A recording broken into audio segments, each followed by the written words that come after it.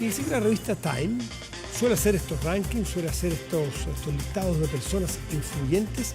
Y entre las 100 personas más influyentes de 2022 aparece el presidente de la República, Gabriel Boric. ¿Qué significa? ¿Cómo se analiza eso? Bueno, vamos a conversar con Marco Moreno, que es director de la Escuela de Gobierno de la Universidad Central. Marco, como siempre, un gusto tenerte aquí. Muchas gracias. Muchas gracias, Matías. ¿Qué significa el que esté el presidente allí? ¿Por qué se elegirá? ¿Cuáles son los atributos que la revista tiene para considerarlo? En fin. Bueno, Chile está experimentando un proceso de cambio, un fin de un ciclo político, el inicio de un nuevo ciclo político y de una nueva generación. Es el presidente más joven y por lo tanto esos elementos pesan en un liderazgo que es reconocido internacionalmente justamente por estos elementos.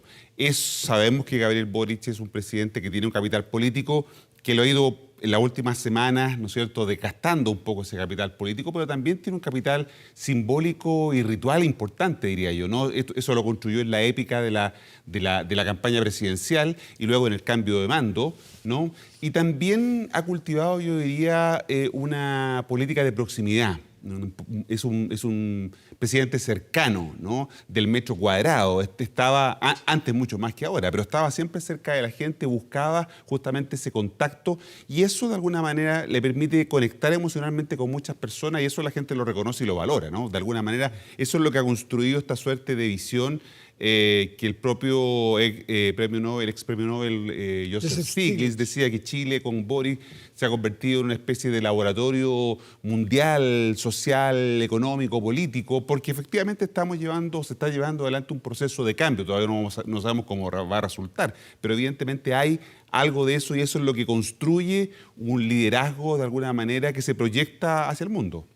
Tú dices que el presidente Boric tiene a su haber, y es evidente que así es, un capital político. Tú usaste un verbo interesante, me gustaría entrar, se está desgastando. Eso dijiste, se desgasta. ¿Se está usando para qué es el capital político? ¿Para gastar? ¿Lo está invirtiendo o lo está gastando? Bueno, ¿Lo está usando? ¿Cómo? A ver si puedes usar el verbo que te parezca. Se dice que los presidentes deben utilizar su capital político los 6 primeros meses de su mandato como si fueran los últimos de su gobierno, ¿no? Es donde cuando tú tienes el mayor capital para poder llevar adelante tu proyecto de gobierno. Él ganó las elecciones en noviembre y en diciembre en segunda vuelta con un proyecto de gobierno. Pero ese proyecto no lo ha podido llevar adelante porque ha tenido complicaciones estos 70 días para poder tener control de la agenda, ¿no? Porque otros actores se la han arrebatado. La convención y el proceso constituyente por un lado, el Congreso por otro, cuando le instala, ¿no es cierto?, este proyecto del quinto retiro, cuando de alguna manera está planteando que hay una sequía legislativa, es decir, son otros los actores que han controlado la agenda. Y el tema de la seguridad que ustedes conversaban en el bloque anterior. Bueno, y la inflación, justamente, ¿no? Entonces, ha tenido dificultades para tener ese control de la agenda y cuando tú no tienes el control de la agenda, tu capital político entonces empieza a ser menos efectivo. Por eso que lo hemos visto apareciendo muy constantemente en las últimas semanas. Hoy día, ¿no es cierto?, hablando justamente sobre el tema de la seguridad. El presidente Boric quería llevar adelante un modelo más bien cercano al que había experimentado, ¿te acuerdas?, Patricio Aylwin, ¿no?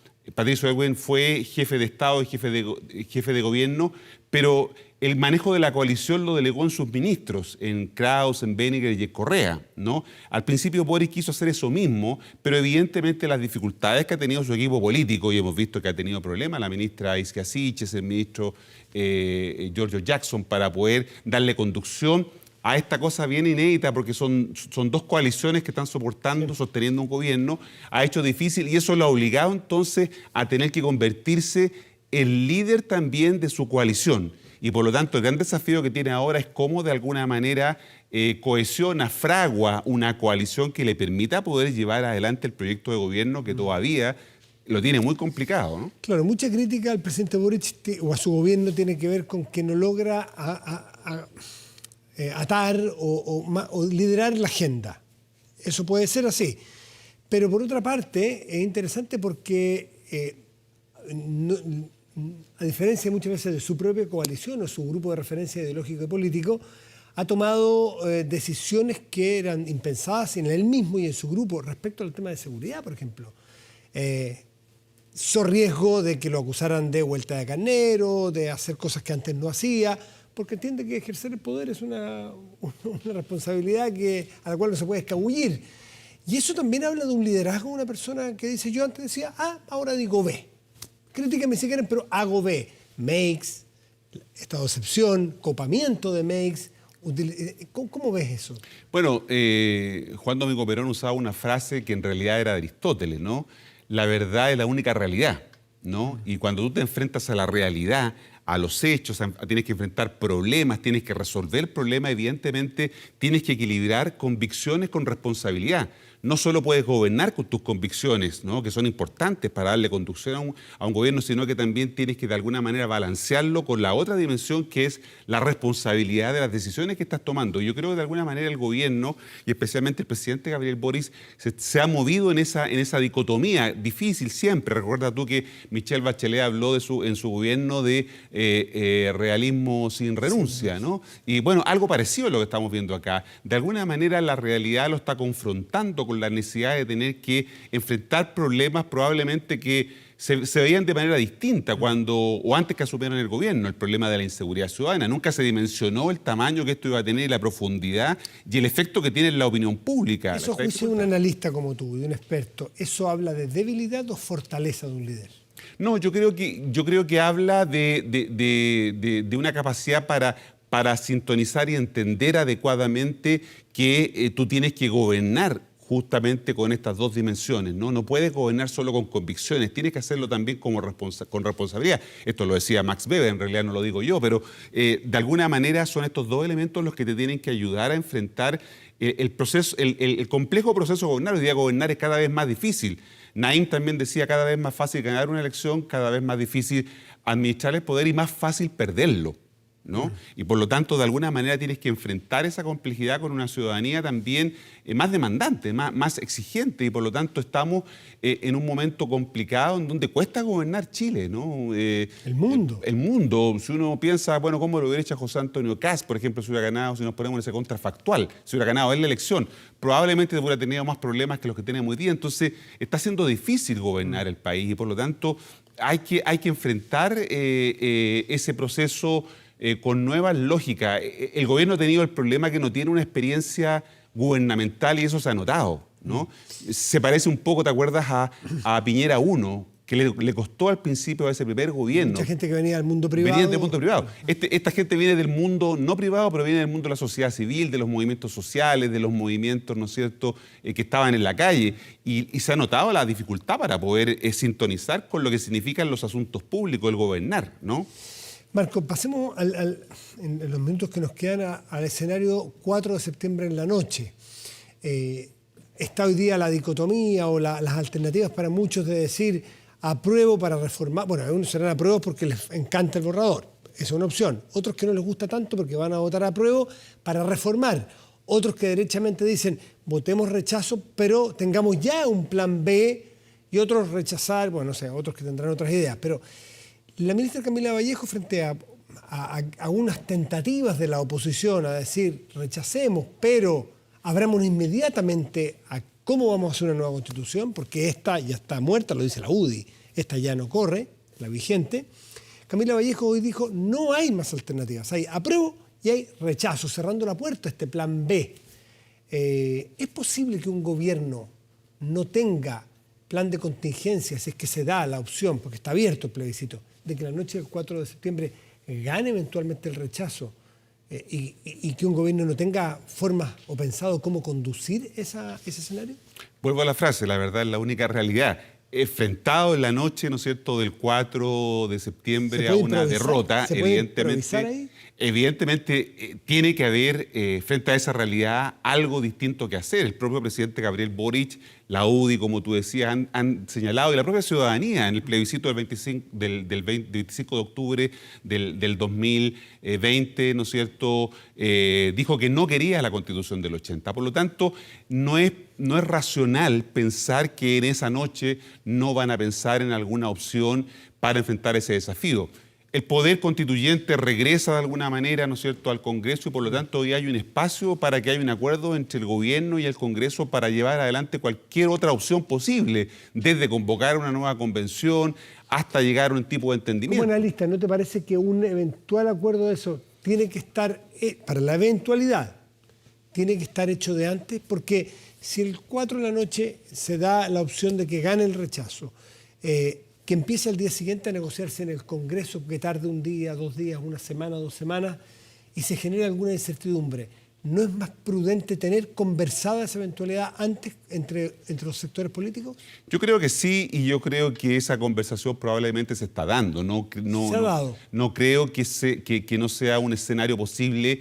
Los gobiernos, como lo decía el propio presidente Gabriel Boric, deben prospectar escenarios posibles de futuro, ¿no? Pueden pasar muchas cosas y por lo tanto este es un escenario que hay que tener en el análisis, no puedes dejarlo fuera y por lo tanto a lo mejor no directamente el presidente, pero sí otra gente en su entorno debe estar pensando en esta fórmula. En el Congreso también se está conversando y por lo tanto, por más que la ministra Camila Vallejo haya señalado que no hay un plan B, digamos en el papel no existe el plan B, pero evidentemente las ideas circulan de una manera que uno no se imagina, ¿no es cierto? Y la política finalmente es eso, es el arte de lo posible, es construir acuerdos donde no los hay. Y yo creo que de alguna manera eso es lo que se va a dar en la eventualidad que estemos enfrentados a ese escenario, que es una alternativa posible.